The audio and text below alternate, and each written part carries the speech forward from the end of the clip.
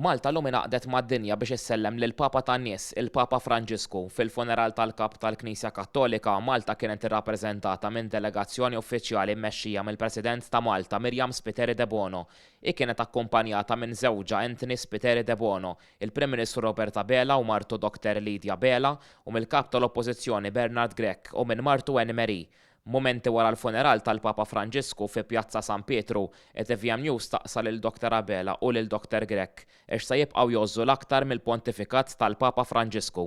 Is-sens ta' rispett enormi li kien hemm din il-figura ġganteska għaliex bil-ħidma tagħha bagħtet il-qudiem il-messaġġi, il-valuri li nemmen jirriflettu l-umanità, ġifieri il-messaġġ favur il-paċi kontra l-gwerer kienet tema ewlenija li ċelebrant tal-Qudies Allum tkellem dwarha u rrifletta dak li kien jemmen fih il-Papa u għalhekk dit-tema tal-paċi li tant smajnija llum u rajna reazzjoni tal-folla meta semmit it-tema tal-importanza tal-paċi u li naħdmu kontra l-gwerer, reazzjoni tal-folla kienet waħda b'saħħitha. Sens kbir ta' rispett lejn bniedem illi rnexxielu iwassal messaġġ b'saħħtu favur iż-żgħir favur il-paċi.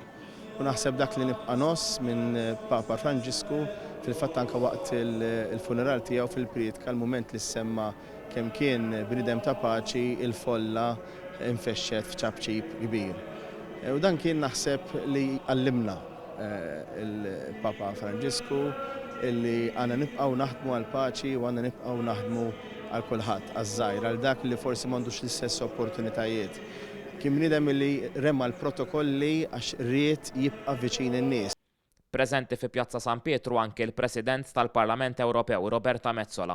F'kummenti mibgħuta lil TVM News, Dr. Metsola qalet li dik tal-lum kienet ċerimonja kommoventi iżda li biha kulħadd seta' japprezza kif anke wara mewtu il-Papa kien kapaċi jaqgħad, innotat kif il-Papa poġġa l-umanità u l-paċi fil-qalba ta' xogħlu.